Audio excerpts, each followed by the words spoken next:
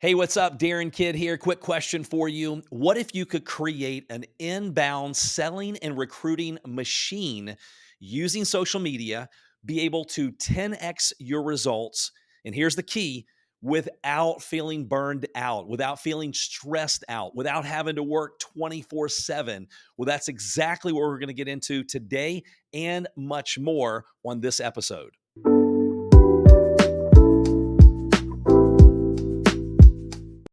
All right, so today I have a guest with me that I am very excited for you to hear from because if you don't know John and Nadya Melton, first of all, if they ever get tired of building a network marketing business, they could always do a comedy show. Okay, if you've ever watched them go live together, it is very entertaining. We call it entertainment because you're getting entertained and you're getting trained at the exact same time. But if you don't know who John Melton is and who Nadya, let me give you a quick introduction, just a few of the things they've accomplished. But once you hear these, I don't think you'll need to hear any more. I know you will not need to hear any more. So not only are they in the top 50 money earners in the entire world in the network marketing profession, that by itself says so much. I mean, when you've got 100 million people producing in this $180 billion plus profession, that is a great accomplishment. Over the past 5 years, their organization has done over $200 million in sales and over 600,000 new customers in the last 5 years. And just last month, we were talking before we started the podcast. And, last month, their team did $7.6 million in sales. They brought on, over 981 distributors and over 29,000 customers in just 1 month. Okay, so if that sounds good to you, you definitely want to make sure that you're taking notes. This is one of the shows that you're going to want to go back and continue to listen to or watch over and over and over again. And by the way, if you have not had a chance to review the podcast, please go to Apple. That would mean the world to me because that makes a big difference in the algorithm, helping us, reach a lot of people and making a big impact. So, John, I know your schedule is you're extremely busy, but we appreciate you joining us and welcome.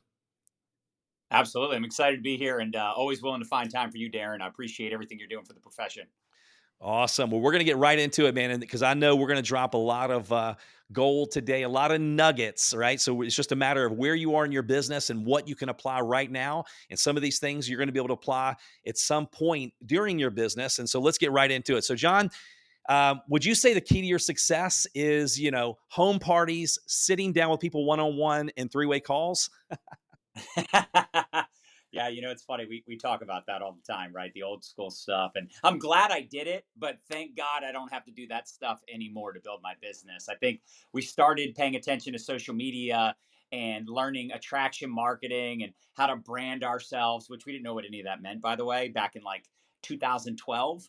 I started seeing all these like online marketers and video vloggers and blogs and YouTube channels. And I'm like, man, I got to figure this stuff out because I was so sick and tired of doing that stuff, right? The one on ones, the home meetings, the three-way calls, the weekly meetings, having to drive all over God's green earth to do these presentations and pitching people on an opportunity to make money from home.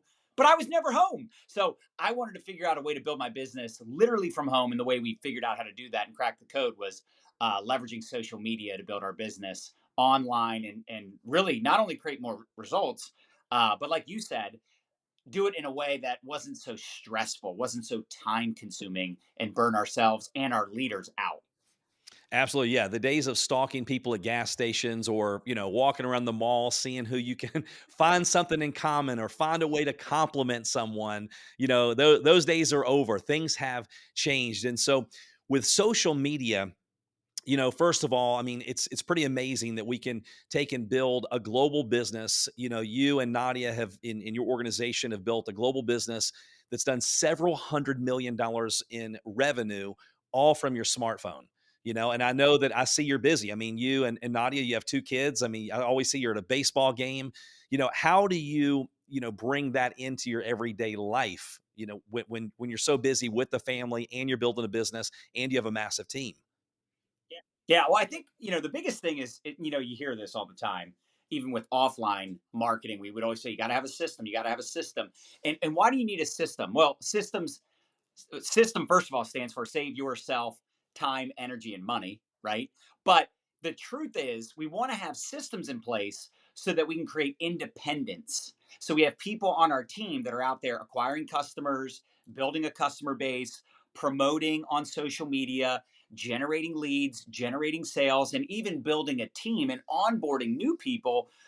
Using scripts, using the Boards app, using Facebook, Instagram, TikTok. So we started creating tools and resources and systems so that people knew exactly what to do every day, even giving them posts to put up on their pages every day, put up in their Instagram stories and, Facebook. And I just think it took time, obviously, just like anything else. But I just think the things we do today are so much more duplicatable, hence why we're seeing the results that we're having today. Like, I don't have to be so involved like I used to have to be involved back in the heyday of the three-way calls and the home meetings. Yeah, I mean that makes so much sense. I mean, because we, back in the day, we would say, "Hey, look, do you want to have time freedom? Do you want to be with your family?" But yet we had none of those things because, like you said, we were constantly chasing down someone, hoping people would show up. And then they didn't want to do what you just did to share the information with them because a lot of times it wasn't duplicatable or it wasn't something they could fit into the cracks and crevices of their day. And so for me, and I know you probably felt the same way, I had that guilty feeling when I was working that I was not with my family. When I was with my family, I always felt guilty that I wasn't working. And then having an organization that at one point was dependent on me, not system dependent. So I love that systems, saving yourself time, energy, and money. Is that what you said? Yeah. That's so good. And so with everyone watching, and let me just say this: when you watch John and Nadia go live, and you hear them joke around and they're so comfortable on camera, that can be intimidating. And a lot of times, because I know, John, years ago when I first started, network marketing, I was terrified to speak in front of five people that I knew. And so when social media came out, I'm like, are you kidding me? Like, I'm going to get on video and I don't even know what to say. So what would you say for those that are like, oh, you know what, but I really I don't know where to start, or, things are not really, it's not that effective when I use social media. What would you say for those people that are really looking to step up their game? Like, where would they start and where would they go to really start implementing those things to grow their business without having the stress and the burnout? Well, first of all, you have to get out of your own way. And so many of us, right, we self sabotage. We have these limiting beliefs. We have imposter syndrome, perfectionitis, compareitis. We're comparing ourselves to other people that have just simply been doing it longer than us. That they may not have more talent. They may not have more experience. It's just they decided to get over themselves. And I think that shyness, that fear of what other people think. I mean, look, other people's opinions don't pay your bills. So you got to get over yourself. And it's not about you, it's about who you can help, who you can serve. Like when I go live, when we do TikToks, we do reels, when we're, showing up on social media, we're thinking, who can I help? Who can I serve? Because entrepreneurs solve problems for profits. And by the way, the bigger the problem, the bigger the paycheck, right? So it's like, okay, how can I serve more people instead of belly to belly, knee to knee, eye to eye? I want to be belly to many, right? I want to get in front of as many people as possible. I want to make a big impact. But I also had a fear of public speaking, a deep, deep fear of public speaking in the early years. Now, that was 20 plus years ago. But even still today, when I have to go on stage, I get cotton mouth. I'm nervous. My heart is racing. Why? Because I want to do a good job. And there's nothing wrong with wanting to do a good job. There's nothing wrong with wanting to perform or show up and do a good job. But at the same time, I think the thing that we're more afraid of is being embarrassed. We're afraid to start small, and you just have to get over that fear because the truth is there's someone out there on their knees every night praying for a miracle. And you have that miracle in your mouth. You just got to open your mouth and start talking to people, whether it's one on one, whether it's in Instagram stories, Facebook Live. Like you have to show up. Now, I will say this, I do have people on my team. They don't do a lot of videos, but they're very good at like posting about the products in a way that creates curiosity. They're a good storyteller. They tell other people's stories. They talk about the benefits of their products or the benefits of their opportunity or the benefit of using their product. Like that's like some next level marketing, right? But I think ultimately, still today, there's nothing more powerful than you showing up, using your voice to deliver a message, people seeing your face, right? Even if you feel like, I don't have anything valuable to share, or my life is boring, or I'm not a leader, I'm not an expert. Like, there's people out there that need to hear from you. Like, I can't deliver a message to every human. Darin can't reach every person. Like, all of us have our own unique purpose, our own unique personality, and our own unique way we can show up on social media. So I just think it's like anything else, right? It's just like getting started in network marketing. You have to overcome your limiting beliefs and your fears if you're truly wanting to make an impact and you're wanting to create success. And I think the challenge with a lot of people when they first get started, it's all about them. They join the business because they have a need, because they want to make money. But the truth is, the longer you do this, and I know it takes time to get to this point, especially if you're new ish in this profession, because you're just looking at your team, your business, your results, or your lack thereof. But it really is about other people. And the sooner you can get over yourself and say, you know what? I just want to have a genuine interest in people. I want them to get value from my content. I want them to get value from my products. I want them to get involved, not so that I make a fast star bonus or so that I can make money, but so they can truly get the results that they're looking for, which is why they bought the products or joined the team in the first place. So when you make it about other people and you make it about service and support, and you're genuinely trying to help people and you show up in a way that's authentic to you, I think you'll start to see not only better results, but you'll start to see that that fear goes away. And it does take time. Like, it took me time to get over my fear of public speaking. It didn't happen overnight. And the only, like, people are like, what book did you read? What did what made you get over it? It was like, honestly, it was just doing it. It was like putting myself out there and getting more and more comfortable, because the first few times I would speak in front of people, now this is again back in the offline days, but I would black out. Like, I would literally be like, and Darin, I bet this happened to you too, right? When you're done, you sat back down, you're like, what did I just say? Like, I can't remember what I said. I totally blacked out. But again, doing it repetitively, eventually I got to the point where I just stopped caring so much about the negative Nancy's and maybe a couple people that didn't like what I had to share. And I started focusing my energy, just like online, right? There's going to be some haters and some people that come across your stuff that say nasty things, but it's not about them. Those aren't our people, right? That's why I like attraction marketing. It's like a magnet. We're going to attract people, but simultaneously repel the ones that aren't meant for us anyway. Oh my gosh, like that was an entire masterclass. We could drop the mic, we could stop the show right now. I'm having such a hard time trying to stay in my little box here with the mic in front of me. So much great stuff. You're exactly right. We attract what we are and repel what we're not. And I know that you and I both, I mean, everyone that's watching or listening right now, there are people that we watch them or hear them and go, I don't get it.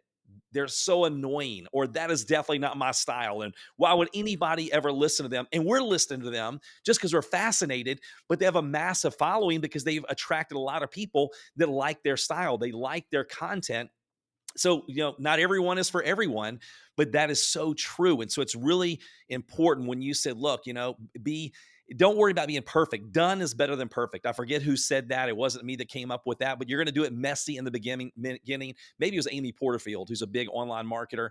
And so you're going to be messy. You're going to mess up, but you got to go out there and take action, because if you wait till you feel like you're ready, that's never going to happen. None of us have ever felt ready to go out there and do the things. But Emerson said, do the thing, then you'll have the power. He didn't say sit there and, chant and go, hey, and wait for the power to come to you.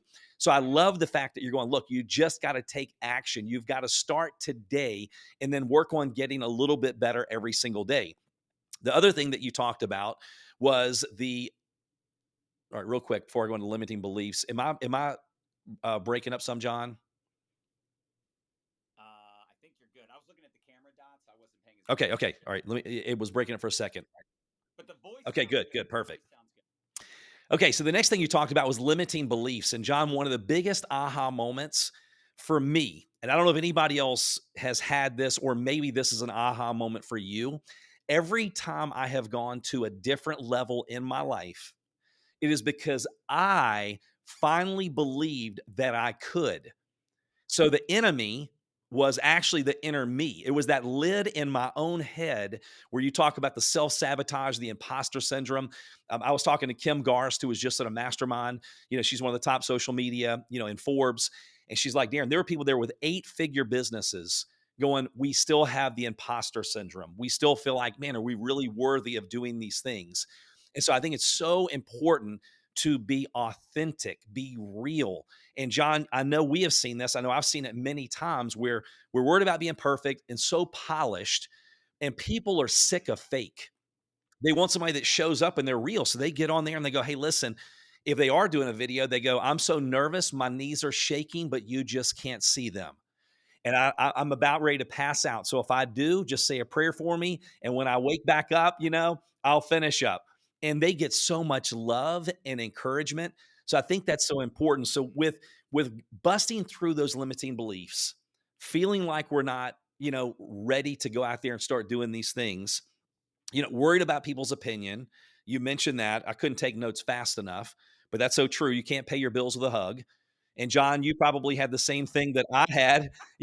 We when I was broke, bankrupt, everybody in my town talked about, oh man, he's failed at everything. He can't feed his family. He's applying for food stamps. He's depressed. He can't keep a job. They talked about me when I was broke, and I'm sure they did the same thing with you. When I started making a lot of money, like you said, haters came out of the woodwork. Oh, well, and it was all kinds of crazy stuff. And so what I found is the only way we don't have people talk about us is you don't have anything, do anything, or be anything. Live a life of insignificance. Dogs do not bark at a parked car. So much great information within those several minutes. And I'm going to go back and listen again myself and take notes because that was phenomenal. So for those that are looking to, implement systems and develop leaders, how do you use social media? Because I know that you use it because you're consistently. I think I heard you on a live that you did recently saying, look, you consistently, bring in over 20 distributors every month still, correct? Well, not every month. That was actually my second best month since I joined. So I've been in the industry, 20, almost 21 years, right? 20 plus. And I've been with the same company for 6.5 years. And yes, we enrolled 20 people in 1 month, which, the truth is, I don't need to enroll anybody, right? Our business is cranking. But at the end of the day, if people are coming to me and they're requesting information, you build your brand long enough, you build those relationships long enough, you create results, and you network with the right people, you get into the right, groups, communities, whatever you want to call it. It happens organically, and there's nothing more exciting. I mean, listen, you have to prospect, you have to reach out to people proactively, but there's nothing more exciting than when you get to the point where you don't have to prospect because people are in your inbox, they're requesting information. And we could talk a little bit about that. There's some different ways to do it if you want, but at the end of the day, when people come to you, your close ratio increases significantly because they're coming to you. They're requesting information. So obviously that's a better lead than someone you're having to reach out to and ask them if they're open. Now, again, you got to do what you got to do in the early days, right? The early years. But eventually you get to that point where you have people coming to you. So that's why I always tell people, embrace the suck.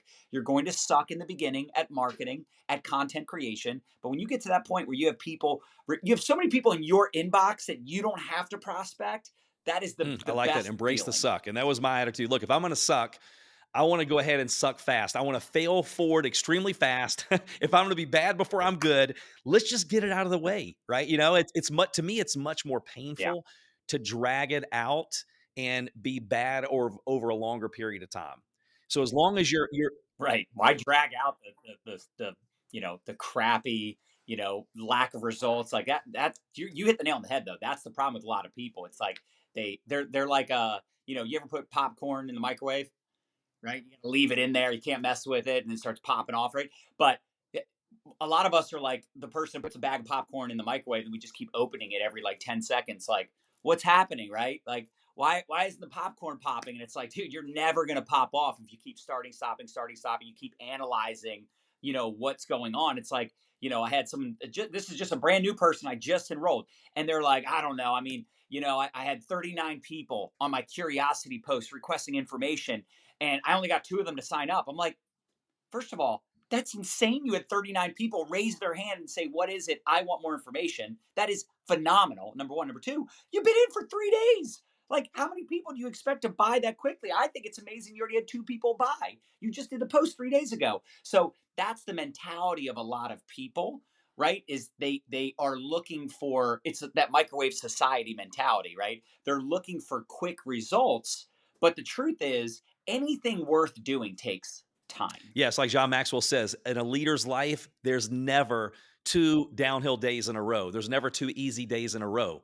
And I think we've gotten spoiled like back in the day. And I feel like we're going to talk about our trapper keeper notebooks and walking to school backwards 5 miles barefoot, all that stuff. But here's what's interesting is back in the day to get 39 exposures, you would have to go out for several weeks and meet people that you didn't know and pay a lot of money per minute on long distance, and now to be able to put up one post, attract qualified prospects to you that raise their hand to say, I'm open. And so let's talk about the difference in attraction marketing, attracting people to you, and prospecting, reaching out. And how do you use both of those to create that inbound selling and recruiting machine where you have people consistently, qualified prospects reaching out to you? I'll try to go as quickly as possible because there's a lot we could uncover, but I know we only have so much time, and I want to give you the bird's eye view. So you got warm market, cold market, right? You got marketing, you got prospecting, and the neat thing today is because of short form videos, and there's other methods also, but mostly because of short form videos, you can get in front of a cold audience. So of course, when I bring on a new person, we're giving them strategies to proactively reach out to people that they're already connected with, right? I'm not telling people to go like prospect cold market. I'm not a fan of that. I'm not saying it's not worth doing. If somebody's doing it and it's working, good for them. But I would rather teach people how to reach out to people they're already connected with, right? The warm market. And I'd rather teach people how to create curiosity and launch their business to their warm market getting started. But with that being said, we're teaching them how to create curiosity around the products. We're teaching them how to create curiosity around the business, but not say the name of the company. So they're not really getting into the, quote, attraction marketing because they're just getting started and we want them to focus on making money. We want to help them get results, rank advance, right? Build up their belief and their confidence. And here's a paradigm shift that we figured out about 6 years ago. It's easier to teach a new person how to go get customers when they're brand new and focus on selling the products. And then when someone expresses interest in the product, it's easy to say, hey, would you also like to take a look at how we earn income from our phones? It's easier for someone, and even I have, again, years of experience, I have had a lot of results leading with product. People are like, what's that liquid collagen that you offer? What's that belly blaster? I want to lose some weight in my belly, right? What's this product? Tell me more. I want more information. And saying, I can add you to a group that will give you more information about the products. But would you also like me to add you to our group to learn how we make money online promoting these products? It's so freaking simple. So the point is, that's how people are starting off. But let's keep it real. After a period of time, 3 months, 6 months, most people, even if they're still creating curiosity, at some point they need to mix it up. If they're still selling, promoting, selling, promoting, selling, promoting, they're probably not selling or promoting in their compensation plan. They're not rank advancing. So when you see people, they're 3 months in, 6 months in, and at that point they've probably got a lot of like the low hanging fruit, right? So now they need to mix things up. And I think it's really important for people to learn how to market on social media. And when I say market, meaning, you know, provide value, entertainment, like you talked about. I always like the 3 E's. Okay. You got entertaining content, you got educational content, and you got empowering content. But also don't forget the R, and that's relatable content, right? People are like, what's my niche? Who's my avatar? Who am I trying to attract? Oh, I want to attract everybody. Now, here's who you want to talk to, especially when you're new. Talk to people like you. Like the easiest people for me to prospect and work with are people that I relate to, especially when I was newer in the profession, people my age, people that, had waited tables. I used to be a waiter. And then years later, when I became a mortgage banker, it was easy for me to recruit other mortgage and real estate people. And then years into network marketing, guess who's attracted to me now? People with years of experience in network marketing. The point I'm making is you do need to, at some point, start putting yourself out there and attracting people like you and provide valuable content. In fact, write this down. 80% of the time, your content should have nothing to do with your products or your company, your opportunity. 20% of the time you can create curiosity. So that's the difference in attraction marketing and curiosity marketing, right? One of them is creating curiosity around your products and opportunity. Attraction marketing is attracting people to you. And if people like you, they relate to you, they trust you, they will be more likely to buy from you or partner up with you when you start creating curiosity. Now, let me get back to the short form videos. You've got TikTok, you've got Instagram and Facebook Reels. I don't know how long it's going to last, but I hope it's a really long time because it's been glorious. Over the last couple years, since we started doing TikTok and then eventually Instagram Reels and then finally Facebook Reels, we started generating so many leads. Like I have at this point thousands and thousands and thousands of followers from all those platforms because of short form videos. And so do a lot of my people. In fact, a lot of my top sellers, and when I say top sellers, they Mm. personally sell 20,000 plus a month, personally selling 50,000 plus a month. Some of them even get close or over 100,000 in a month in personal sales. It's because of TikTok. It's because of Reels. It's because of short form videos. And what are those leads? Who are those people buying? Cold market. People that don't know you buying your stuff. People that don't know you requesting information. People reaching out to you wanting to partner or wanting to make money from home. There's nothing more exciting than when you learn how to generate leads. And when I say generate leads, I mean people reaching out to you saying, I want more information on your company or your product. And then your goal, your job, as you develop the skills, is to communicate with those leads, have conversations, pre qualify these leads, because we're not here to convince anybody. I'm not here to convince you to buy my product or join my team. I'm very upfront with cold market. But the point is, my goal is to pre-screen those leads and find out the ones that are serious, they're open, they're positive. That's who I want to work with. That's who I want to even share my products with.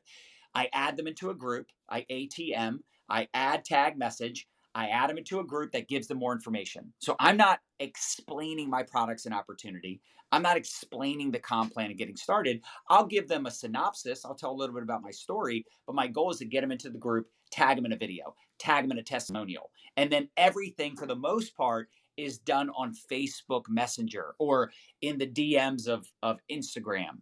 So this is a strategy that we came up with years ago because we wanted to simplify the exposure process. But as great as I love the ATM system, you still have to have conversations. Write this down. As a network marketer, you are a professional conversation starter. So you can start conversations through your marketing, getting people to come to you, or through proactively prospecting, warm or cold market. Bottom line is you need to create more conversations and not be afraid to talk about your products or opportunity. And by the way, even if you are afraid, just do it anyway. Successful people just do the thing they're afraid of anyway because they know that their goal and their dream is bigger than their fear. Again, so many great nuggets all within just a few minutes, and I hope all of you are definitely taking notes. And this is definitely going to be, I know, a podcast that's going to be watched and listened to over and over and over again. Because again, as you're growing in the business, you may be, at one point, but then several months later, something else here means a little something differently to you. And one of the things that you said, John, is that you reach out to warm market when you get started. And to me, when someone goes, hey, look, I don't want to reach out to anyone that I know, I'm like, why are you doing what you're doing? If you don't believe in what you're doing, like you should have passion behind what you're doing. Do you believe in your products, your services? Do you believe in the business model that you're a part of? And if you don't, it's going to show. And business will grow so much faster when you're sharing. And it's not like you're convincing, right? You're sharing. But I love how you almost expose, involve, and upgrade. Like you're getting them exposed, you're getting them involved in the basics. Hey, let's get you some wins quickly. Let's help build that confidence, because the quicker you get them a little win, that's how you build confidence. And then as you continue to help them stair step, then you're learning short form, content, and you're able to multi-purpose. So maybe you did a TikTok video and you uploaded that to a reel and you uploaded that to Facebook Reels and then you uploaded that to a YouTube short. And the next thing you know, there's dozens or hundreds or thousands of people that have, viewed your content. And I was speaking at a mastermind recently, Rob Sperry's mastermind. And there was a group of us that were sitting out by a fire one night. and they were sharing their backgrounds and they were sharing their stories. And a lot of them had never had, they had never been in network marketing up until the company they're in right now. They never had experience with social media. And Wow. some of them were shy. They were like, hey, look, I'm really a shy person. I don't like doing video, but they did it anyway. They felt the fear and they did it anyway. And they were showing me their videos, John, and multiple around the fire in that one little group they had gone viral. They had millions of Yeah. views on videos that were so simple, but they were fun. They were about their family. They were about being a mom. And so I love the fact that, you feel the fear, you do it anyway. You're going to get a little bit better over time. And then another thing that you said, if you could just maybe talk about just for a second, you said 80% of the content you create should not be about your company or your product. Yeah. I mean, I think ultimately it boils down to trust. And it's hard to trust someone that's always selling.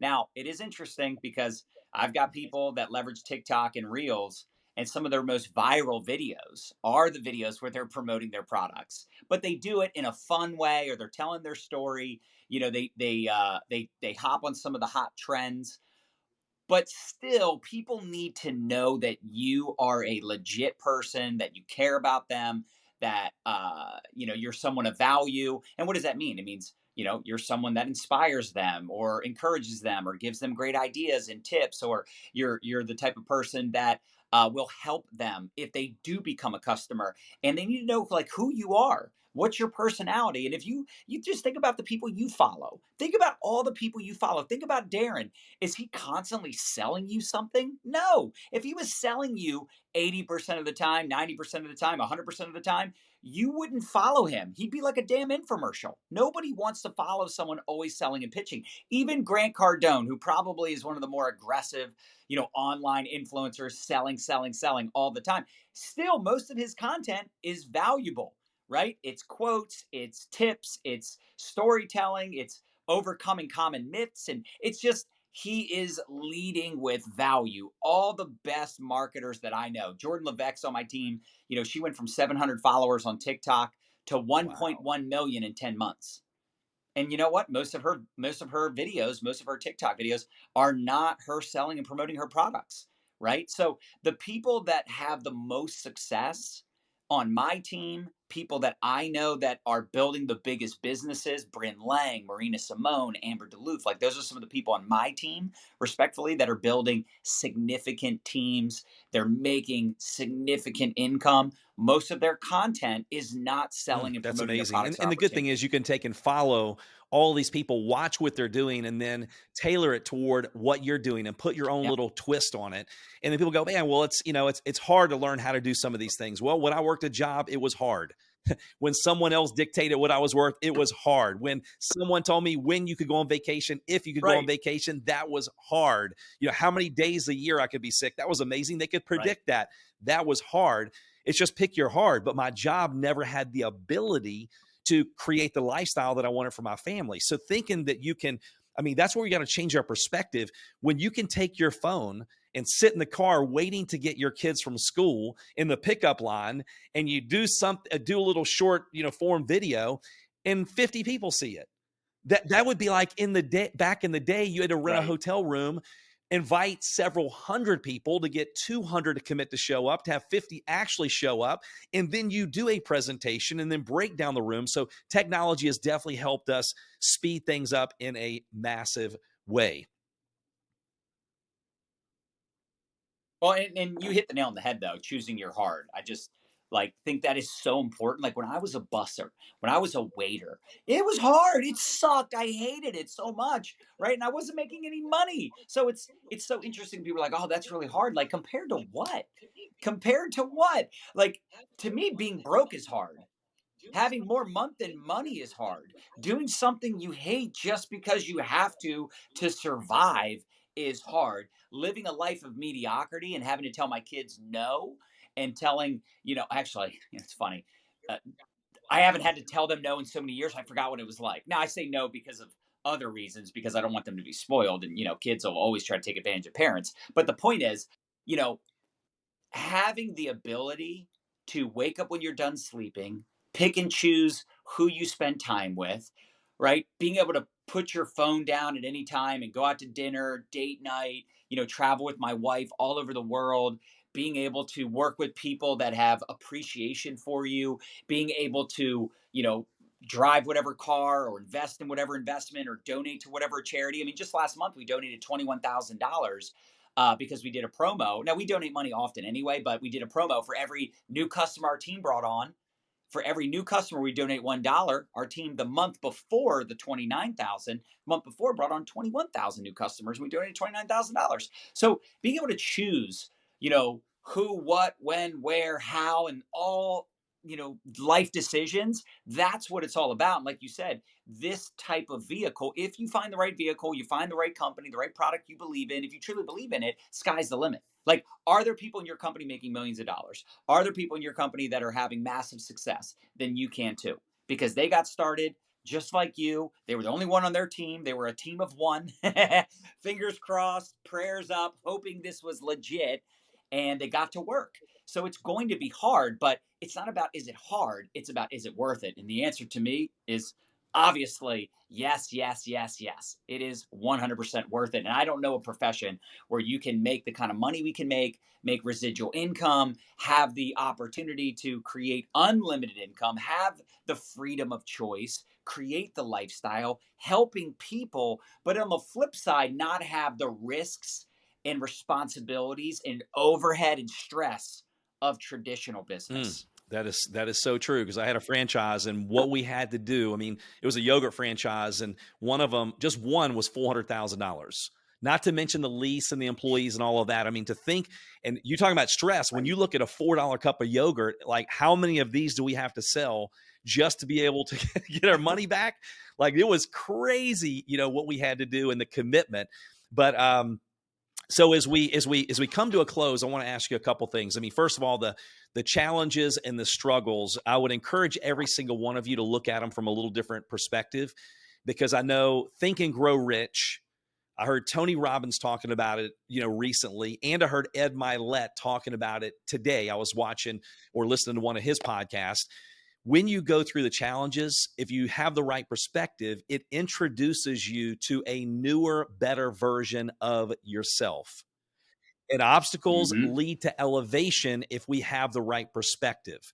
There is no elevation without the obstacles. And looking back, John, I'm sure you'll probably agree that the challenging times in life where we look back and we're very grateful for them now, even though we weren't grateful for them maybe at the time because we didn't know, hey, look, it's going to introduce me to a new, better version of myself. So what do you have to say about challenges and obstacles? And, how did you look at those and or continue to look at those? Did anything change along the way that helped you elevate to a different level because you're like, hey, you know what? I just need to embrace the struggle, enjoy the journey and the process. And anything to say about that? Because I know we have people that are struggling, and they're different people. This is a leadership podcast. So there may be people struggling, Yeah. and I know you know what it's like struggling at zero. And then there are people struggling at Yeah. 10,000 a month and they're stuck. And other people are like, hey, I would like Yeah. to be struggling and stuck at 10,000 a month. So no matter where you are, what have you and Nadia used to get unstuck and really break through to that next level when it comes to challenges and obstacles? Well, first of all, this podcast is amazing. I think this is going to be so great for leaders. I would recommend all of you share, what Darin is sharing with you, with your team, with your leaders, because he's doing this for free value to help all of you. And I think it's just so powerful because there's not enough leadership conversations happening. And this is part of the problem in our profession. This is why it has a bad reputation because there's a lot of amateur leaders out there. They're a leader by title, by pin, by rank, by volume, but they're not really a leader. Like they have a bad attitude. They have scarcity mentality. They are treating the people on their team like they're less than them or they work for them. And it's just there's a lot of amateur leaders out there, and I was one of them. Believe me. I mean, I had a lot of tendencies that and insecurities that I needed to iron out over the years. And actually, because I had a lot of bad upline experiences, I did not have the best upline experience in previous companies with some crazy uplines that, like, I don't want to get into details, and even some crazies in my downline. Like, I learned what not to do. I learned how not to treat people and how I didn't want to treat my people. And I wanted to always lead with integrity, good intention. I wanted to always be a great communicator and be empathetic and listen to people, and be the kind of leader I wish I had. Number one. Number two, Tony Robbins, you were mentioning Tony Robbins. He says the only problem with people is they don't think they should have problems, right? That's the problem with people. They don't think they should have any problems. They don't think they should have any. It's hilarious, right? Like, if and I said this earlier, if you have problems and you're able to solve those problems, that's where the profits come from. That's how we sell our products, right? If you're selling weight loss, well, are you really selling weight loss? No, you're selling them on the result that the product can give them because they have a pain point, a problem, and your product can solve that problem, right? So the bigger the problems, the bigger the paychecks. And when it comes to creating leaders and identifying people that you can really help elevate and pour into, like, that's really what this is all about. And part of the problem with a business like this is, you know, there's lessons that need to be learned. So when you're stuck somewhere, as people will say, "Oh, I'm stuck at this, I'm stuck at that," and we all get stuck somewhere, right? Whether it's 100 grand a month, 10 grand a month, or 1,000 a month, we all get stuck somewhere. But it's like, what am I supposed to learn? Because you're either growing or dying. And the truth is, because we never really maintain, right? Having that maintaining mentality is not a good place to be. That's scarcity, right? Trying to, like, just manage your current team and just hold on to everybody with dear life because God forbid if one of them quit. I'll tell you this, I've had some big leaders that I've either had in the company I'm in now or even in previous companies. And a lot of times when I had a big leader leave, my business actually grew, which is crazy because you thought the opposite was going to happen. Like, oh my gosh, if they quit, it's all going to collapse. And the latter was true. It ended up growing and having more duplication, more people stepping up because maybe that leader was toxic, or that leader was kind of putting out such a big shadow that people didn't have the opportunity to step up. So I think the sooner you identify and encourage people with potential, the better. And if you're stuck somewhere, it's because you're doing too much and you're trying to micromanage everything and you're not out there doing what you did in the beginning, which is starting and launching new teams. Now, people are like, what does that mean, starting and launching a new team? When I recruit a new person, when I partner up with that new person, I'm not just partnering up with this new person and getting a fast star bonus. I'm partnering up with a new person to start a new team, to start a new customer base, to go out and help this person do what I've done, right? Getting to a rank is awesome, but helping other people get to those ranks, now that's what we're talking about. That's how you create independent leaders on your team. So if you're stuck, it's like, what are you supposed to learn? What lessons are supposed to be learned? And, you know, the things that I struggled with in the early days, I mean, at the time I didn't see it. I didn't realize that those things I was struggling with down here were going to help me when I got up here. Does that make sense? So it's so important to understand that there's lessons to be learned. Keep the perspective of gratitude and appreciation for what you do have. I see way too many people. They're like, oh, I'm only making this, or I'm stuck at this. And it's like, dude, there's people out there that would give their right arm to have the business you have, the business you're complaining about. You one day wished you would have that business. Like one day, like back in the day when you first got started, you could never imagine making 10 grand a month. And now you're frustrated because you're stuck at 10 grand a month. I have so many people on my team that wish they could be at 10 grand a month. And we all have people like that, right? So I think that fresh perspective is so important. And just know that new levels, new devils, you're going to have problems. It's not that you're looking to have less problems. It's that you're looking to develop new skills and new experiences so that when that problem happens again, because it will, any of the problems you're dealing with now, they're going to come up again. You're going to know how to deal with it more effectively and more efficiently. I just want to wrap up with this too. My last company got shut down by the FTC. At the time, I wasn't like, hooray. But looking back, it was a blessing in disguise. And I think this is a great quote. I heard this one time at a conference. The guy said, sometimes our greatest disappointments are God's greatest appointments. And that company getting shut down was not only a good thing because I ended up finding my home, the company I'm with today. So it was a blessing in disguise. And by the way, I had a 7,000 person team. I was making multiple six figures. It wasn't some chump change business. It was a big, big business. And I built it for 2 years. And then, anyway, there's more to that story, but that company got shut down. And when it did, of course, the first day I was like devastated. But then within about 24 to 48 hours, because of my experience in the profession, I go, this is meant to be. I don't know what I'm supposed to learn here. I don't know what's going to happen next, but that chapter was meant to be closed and a new chapter is upon us. And I can't figure out for sure, but I'm going to faith it till I make it. I'm going to faith it till I figured it out, right? Have some blind faith. Yeah, in its early days. But it was the best thing that could have happened. And it wasn't just that that thing happened and that I had to start a new thing. It was that I learned that the whole recruiting recruiters to recruit recruiters and it being all about the opportunity, like the product is the opportunity, right? That opportunity driven mentality of just like leading with making money. Who do you know that wants to make money? That mindset, I had to have a paradigm shift that there's a better way to build a business. Not only is it better from a legal standpoint, like I want to have an FTC safe business. Like I don't want to have, I don't want to ever have to deal with that again where the FTC says, hey, you guys don't have customers, right? Now my business is 85% customer volume. That is an insane stat.